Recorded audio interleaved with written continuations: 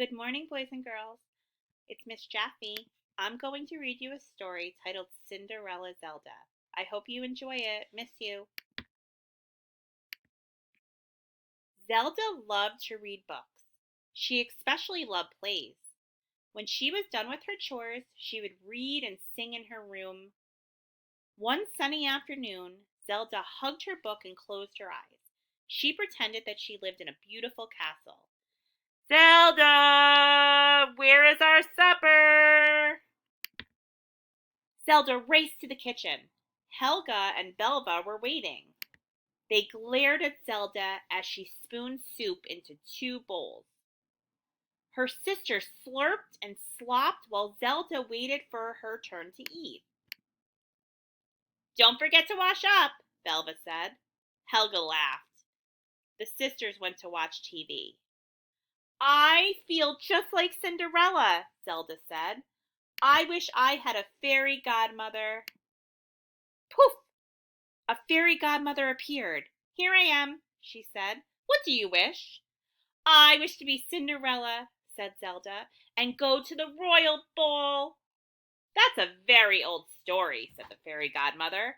Have you got anything else? Can I be Cinderella in a play? Zelda asked. That's more like it, said the fairy godmother. There are tryouts today. Follow me. Is there a royal carriage with white horses waiting for me? Asked Zelda. You are walking, said the fairy godmother.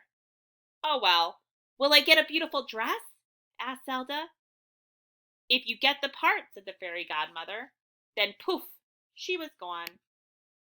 Zelda tried out for the play. She knew the story by heart. Everybody loved Zelda. She got to be Cinderella. Whenever she had a chance, Zelda practiced for the play. Helga and Belva came to see the play on opening night. When they saw Zelda as Cinderella, they stared. When they heard Zelda sing, they clapped. When Zelda kissed the handsome prince, they cried. Zelda married the prince and lived happily ever after.